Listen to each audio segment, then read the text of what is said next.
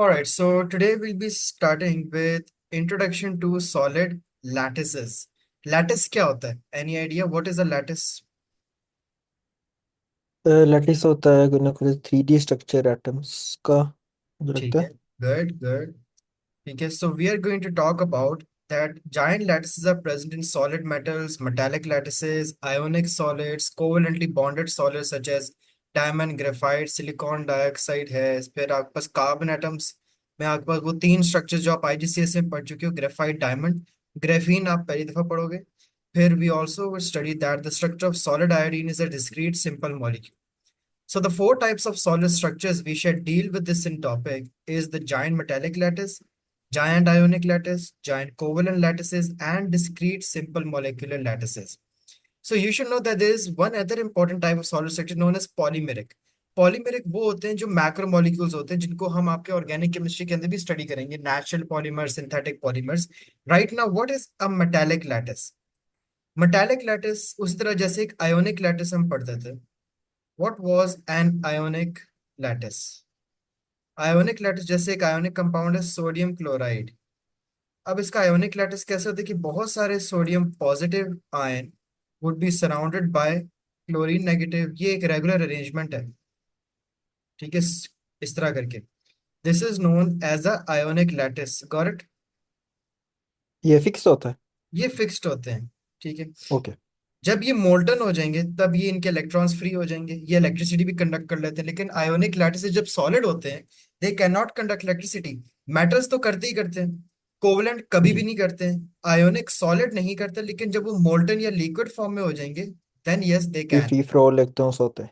जैसे इलेक्ट्रोलिसिस के अंदर हम मोल्टन आयोनिक कंपाउंड यूज करते हैं। So metallic lattices are composed of a regular arrangement of positive metal ions surrounded by delocalised electron. कोई भी आप मेटल आयन का नाम लो, जैसे एल्यूमिनियम है, aluminium is in group number 3। अब ढेर सारे एल्यूमिनियम के कैटायंस होंगे and they would be surrounded by delocalised electron. हर एल्यूमिनियम कितने इलेक्ट्रॉन्स लूज करता है? Can you tell me? 3। क्योंकि वो ग्रुप नंबर 3 में है, it will have a charge of +3, right? तो वो बिल्कुल। एक इस तरह करके आपके पास एक मेटालिक लैटिस होगा। द कैटायन, कैटायंस क्या होते हैं? Can you tell me? Positively charge. Positively charge होते हैं cation, they are surrounded by electron.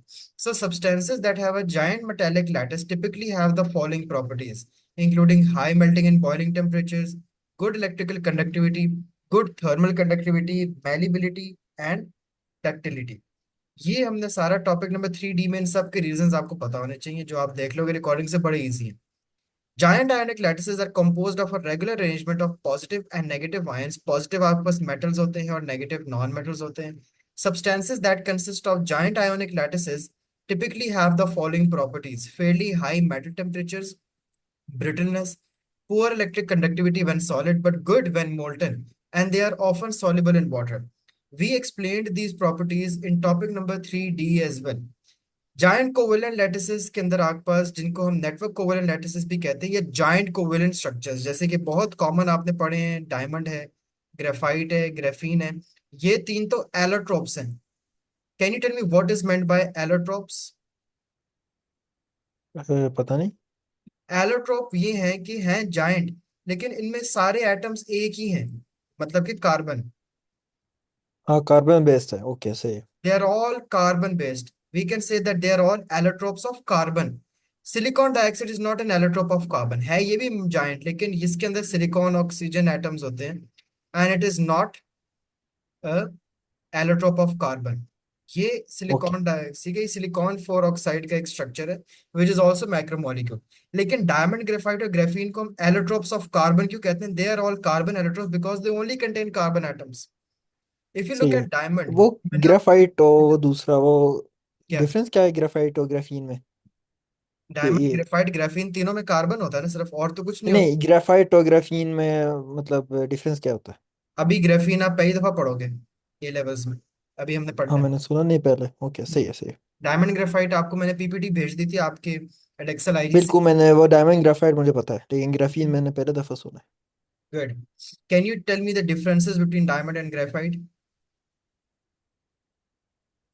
है। डायमंड ग्रेफाइट, ग्रेफाइट आसानी से स्लिप हो जाता है। हम्म। वो स्लाइड्स क्योंकि वो and what is the reason flat for that? Surface, क्योंकि वो लेयर्स होते हैं तो वो आसानी से स्लाइड होते हैं। वीक वैंडरवॉल फोर्सेस अ, लेयर्स हैं ऑफ बिल्कुल हेक्सागोनल स्ट्रक्चर्ड लेयर्स हैं, ठीक है। बिल्कुल।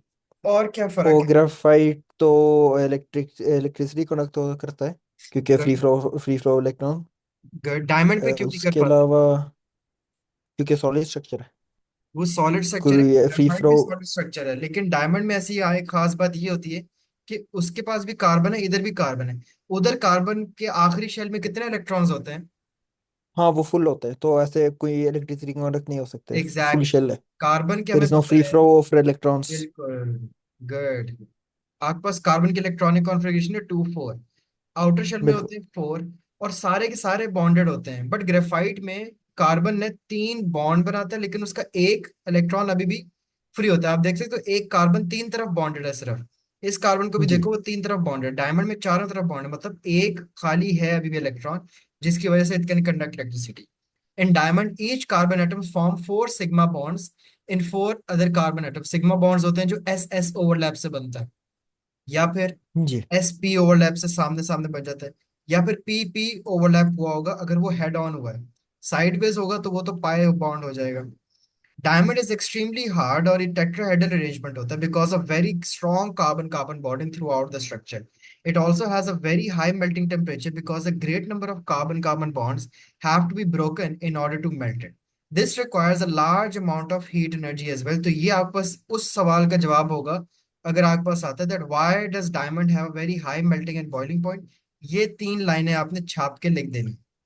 Graphite, on the other hand, has a layered structure as shown in figure B. Each carbon atom is bonded to 3 others. मतलब कि अगर आउटर शेल में 4 इलेक्ट्रॉन्स थे, बॉन्ड तो ये 3 बना रहा है। मतलब कि जी, एक एक खाली इलेक्ट्रॉन है। delocalized है। They are forming interlocking hexagonal rings, and the fourth electron on each carbon atom is in a p orbital और वो free है. The carbon atoms are close enough for p orbitals to overlap with one another to produce a cloud of delocalized electron. अब हर carbon की अगर हम electronic configuration देखें, 1s2, 2s2, 2p, x में एक है और 2p वाई में एक है। अब ये जो 2p वाई वाले होंगे ये आपस में मिलके एक इलेक्ट्रॉन क्लाउड बना देंगे, सारे डीलोकलाइज्ड मिलके। Graphite is also a fairly good conductor of electricity for that particular reason, and the delocalized electrons between the layers are free to flow under the influence of an applied potential difference. An interesting feature of graphite is that it can only conduct electricity parallel to its layers, and the delocalized electrons are not free to move from one layer to the next. Compare this with a metal which is able to conduct electricity. Metal तो हमेशा करता है। ये तो हम covalent structures पढ़ें। Covalent structure में graphite एक अनोखा है जो नॉन मेटल है, कोवेलेंट है और इलेक्ट्रिसिटी कंडक्ट कर रहा है। So graphite has high melting temperature for the same reason at diamond. Graphite का भी हाई मेल्टिंग टेम्परेचर है और इसकी रीजन भी एग्जैक्टली क्या है, यही वाली जो strong diamond. Carbon carbon bonding. Exactly. Now let's talk about graphene. Graphene is a pure carbon in the form of very thin sheet. It is only one atom thick and the carbon atoms are bonded in the exact way in which graphite. लेकिन फर्क है, ये layers नहीं बनाता। Graphite किस तरह है, उसने लेयर्स बनाई है, एक लेयर, दूसरी लेयर, तीसरी layer.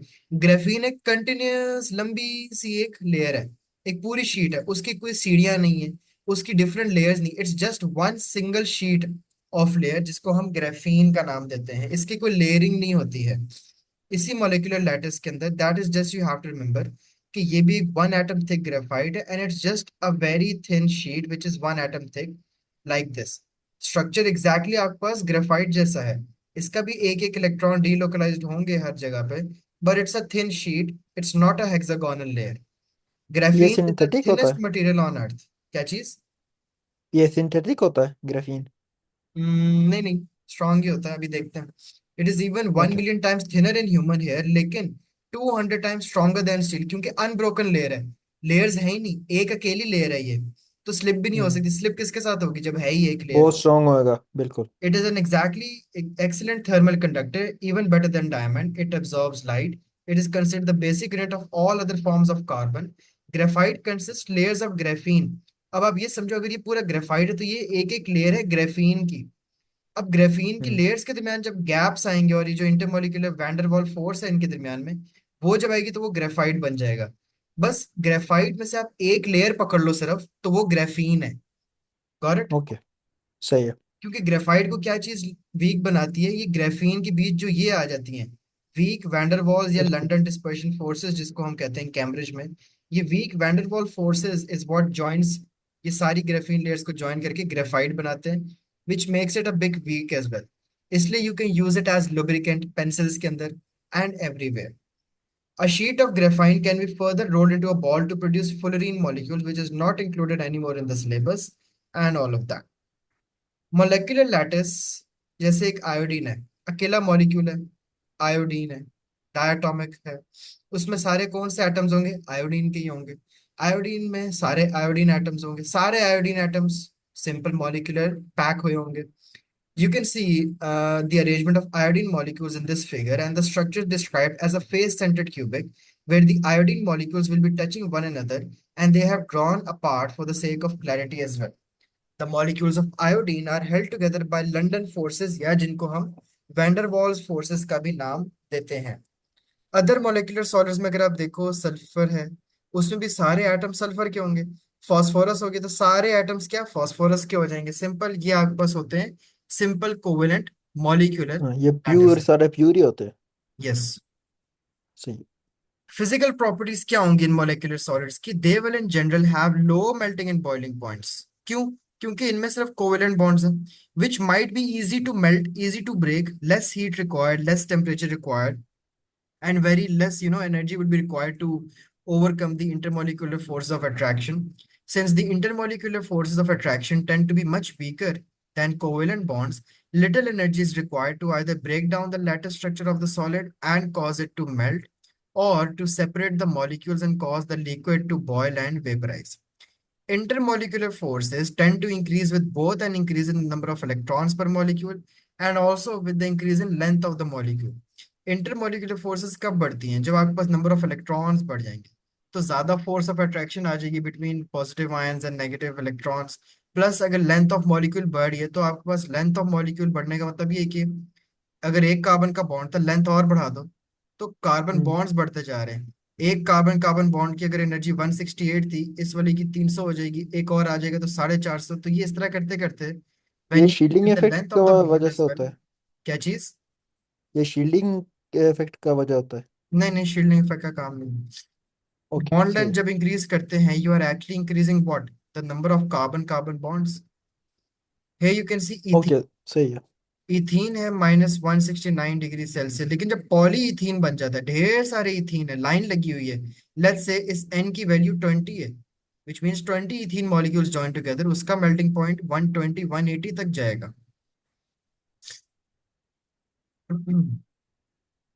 So, moving on to some more further structure and properties of all these different types of lattices। हमने मेटालिक देखा था लैटिसेस, जो भी जाइंट लैटिस है, मैग्नीशियम ले लो, एल्यूमिनियम, कॉपर, जिंक। ठीक है। आयोनिक में आप जाइंट लैटिसेस को ले लो, NaCl, magnesium chloride and all of that. Covalent में हमने जाइंट लैटिसेस को भी देखा, जिसमें वी हैड डायमंड, ग्रेफाइट, फिर सिलिकॉन, सिलिकॉन डाइऑक्साइड। मोलेक्युलर देखे थे हमने, सिंपल हैं जो। और फिर मैक्रोमोलिक्यूलर्स में हमारे पास कुछ नेचुरल पॉलीमर्स आ जाते हैं, proteins made of a lot of amino acids may be and all of that. So the physical properties of a substance are determined by the type of bonding and structure. अब आपको randomly कोई आ जाए कि इसका बताओ, अब आपने खुद स्टेप बाय स्टेप देखना है यार, एक मेटल है, एक नॉन मेटल है। पहली बात ये है आयोनिक। अच्छा। दूसरी बात है यार, इसका बनेगा एक लैटिस। तीसरी बात देखो, इनके चार्जेस ही कितना स्ट्रॉन्ग लैटिस है, +2 -2 है। NaCl से तो ज्यादा स्ट्रॉन्ग होगा। NaCl में तो Na+1 है और Cl-1 है। फिर आप देखो वो लैटिस है, जाइंट है, या फिर सिंपल मॉलिक्यूलर है। मॉलिक्यूल्स तो दोनों डिफरेंट है, तो ये एक जाइंट लैटिस होगा। इस तरह करके तो आप कैसे डिटरमिन करोगे कोई भी सब्सटेंस आए? Let's start with potassium. Does the substance conduct electricity when solid? Yes. Yes को करोगे तो ऑप्शन आगे क्या आएगी? Metallic bonding. और आगे मतलब वो जायंट लैटिस ही है। अब आप एक और मुझे दो, मैं कहता हूँ चलो वाटर। ठीक है, वाटर है। अब वाटर के ऊपर आपको सवाल आ गया, ठीक है, कैसे पहुंचोगे कहाँ तक? इज इट आयोनिक और covalent bonding? Can you tell me जी। क्या है? H2O बनता है हमारा आयोनिक। आयोनिक आयोनिक बॉन्डिंग या कोवेलेंट बॉन्डिंग होती है इसमें? नहीं, कोवलेंट तो इन दोनों मेटल से। कोवेलेंट होगी। सो डज द जी। Substance conduct electricity when molten? If no, then वो क्या है? Covalent bonding. पहुंच गए यहां तक? अच्छा। Does the substance have a high melting temperature? नहीं। तो वो क्या हो गया फिर? This is a molecular. इस तरह करके आप पहुंचोगे। Got it? लेकिन हम हाई से क्या डिटरमिन, मतलब यस। हाई मतलब 1000 से ऊपर? हाई हाई क्या मेल्टिंग होता है? पॉइंट 100 से ऊपर हो 300? जाते हैं, 120 180 तक ये वाले। इसका तो 0 डिग्री सेल्सियस हो, तो आप यहाँ तक पहुंच गए कि it's just a molecular lattice, इसमें कोई ज्यादा नहीं था। कुछ एग्जाम्पशंस होंगी, जैसे ग्रेफाइट है। अब ग्रेफाइट है नॉन मेटल, है कोवेलेंट, लेकिन कंडक्ट भी करे electricity. Just because of that electron, ये एक एक्सेप्शन बन जाता है कि ये एक वो नॉन मेटल कोवेलेंट लैटिस है जो कंडक्ट कर रहा है। So this is a table that you're going to draw in your copy as well, which gives a summary of the major properties of each type of structure. जैसे giant metallic में particles कौन से present है? We have positive ions and delocalized electrons. It has metallic bonding, and yes, there are no intermolecular force of attraction, लेकिन इसका melting और boiling temperature are fairly high, and it has a very good electrical conductivity when solid and also when molten. चाहे metal metal lattice की क्या बात है, solid हो liquid हो, कंडक्ट तो करनी ही करनी है। और हम्म। सॉलिबिलिटी इनकी ये इनसॉल्युबल है। जायंट आयोनिक को देखो तो जायंट आयोनिक में आपको पता है कि पॉजिटिव मेटल आयंस और negative metal ion, negative non metal ions होते हैं। उनमें जायंट आयोनिक है तो आयोनिक बॉन्डिंग होगी between metal and non metal. And no, there are no intermolecular forces of attraction. Ionic bonding ही काफी है। Melting and boiling temperatures would be also fairly high to high. और इसकी electrical conductivity कैसी है? Non conductive when solid, but good conductive when molten. Solid में नहीं, liquid में यस। एग्जाम्पल्स में क्या आ जाएगी? कुछ सॉल्युबल हैं सिवाय AgCl, AgBr, AgI, जितने वो सिल्वर वाले हैं ना, ये सारे जी। इनसॉल्युबल हैं। बाकी सारे सॉल्युबल होते हैं क्योंकि चार्ज हैं। वाटर भी चार्ज होता है। जाइंट को सारे आयोनिक सारे आयोनिक कंपाउंड्स सॉल्युबल मोल्टन होते में हैं। कंडक्ट करते हैं? सॉल्युबल होते हैं नहीं नहीं, सारे वो आयोनिक कंपाउंड्स तब मोल्टन होते हैं, तब हमेशा कंडक्ट करते हैं। When they are in molten form, yes. और लेकिन तब वो सॉलिड में होते हैं तो हमेशा कंडक्ट नहीं करते। नहीं। ठीक है। ओके। Exactly. अब जाइंट कोवेलेंट में कौन से पार्टिकल्स होंगे? एटम्स। बॉन्डिंग क्या होगी? कोवेलेंट। मॉलिक्यूलर अट्रैक्शन नहीं होगा। मेल्टिंग बॉइलिंग टेम्परेचर हाई होंगे, क्यों? क्योंकि हम we are talking about giant covalent, simple covalent नहीं। प्लस इलेक्ट्रिकल जी। कंडक्टिविटी नॉन कंडक्टर, एक्सेप्ट एक हमारे पास एक्सेप्शन है जो कि है ग्रेफाइट। बाकी जी। सारे giant covalent don't conduct electricity and they are insoluble in water. Molecular में मॉलिक्यूल्स होंगे, I2 ले लो, Cl2 ले लो, Br2 ले लो। कोवेलेंट बॉन्डिंग होगी, yes. Intermolecular force of attraction होते हैं, वैंडरवाल्स फोर्सेस हर जगह होंगी, and they are generally low melting in boiling temperatures. Non conductors होंगे एंड जनरली इनसॉल्युबल होंगे। Got it?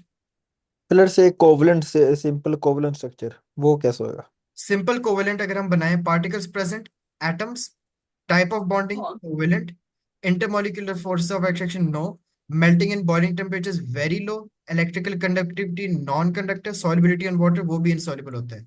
सिंपल कोवेलेंट की बस लो मेल्टिंग और बॉइलिंग पॉइंट होंगे। जाइंट कोवेलेंट, SiO2, वो डायमंड, ओके। ये सारे हाई होते हैं। और सारे नॉन ओके। कंडक्टर्स भी होते हैं एक्सेप्ट ग्रेफाइट। तो जायंट कोवलेंट तो सिंपल कोवलेंट का एक ही वो मेल्टिंग पॉइंट है, बॉइलिंग पॉइंट। बस एक ही यही एक फर्क है। फर्क है, वो लो मेल्टिंग बॉइलिंग सही है। पॉइंट, ये हाई मेल्टिंग बॉइलिंग पॉइंट है। बाकी उनमें भी कोवेलेंट बॉन्डिंग है, वो भी एटम्स हैं, हम्म। सब कुछ वही है। सही है। And that is the end of your topic number 3 of paper number 1, chemistry. आगे एग्जाम प्रैक्टिस आ जाती है। Let's just watch one last thing and then हम देखते हैं आगे हमने क्या करना है। Let me open it up. So now can you tell me that what is the difference between, अगर मैं पूछूं, a giant metallic lattice and a giant ionic lattice? Giant metallic और जायंट कोवलेंट। Ionic. आयोनिक। हम्म। Giant metallic तो conduct electricity करता है solid में और molten भी, दोनों। आयोनिक तब करेगा, तब सिर्फ मोल्टन में, तब सॉलिड है तो कंडक्ट नहीं करेगा। राइट। बोथ और जायंट तो दोनों का वो मेल्टिंग पॉइंट और बॉइलिंग पॉइंट दोनों हाई है। ठीक है। अम, ये दोनों, उसके अलावा अ, उसके अलावा क्या था? सॉलिबिलिटी की बात करें अगर तो। हाँ, सोलिबिलिटी इन जायंट मेटालिक तो सॉल्युबल होता है, हम्म। लेकिन वो दूसरा इनसॉल्युबल होता है ज़्यादा तौर पे। जायंट मेटालिक इनसॉल्युबल होते हैं, आयोनिक सॉल्युबल होते हैं, एक्सेप्ट हाँ सॉरी, रिवर्स था, हाँ सॉरी जी, AgCl रिवर्स था AgBr क्योंकि AgA वो और जी BaSO4।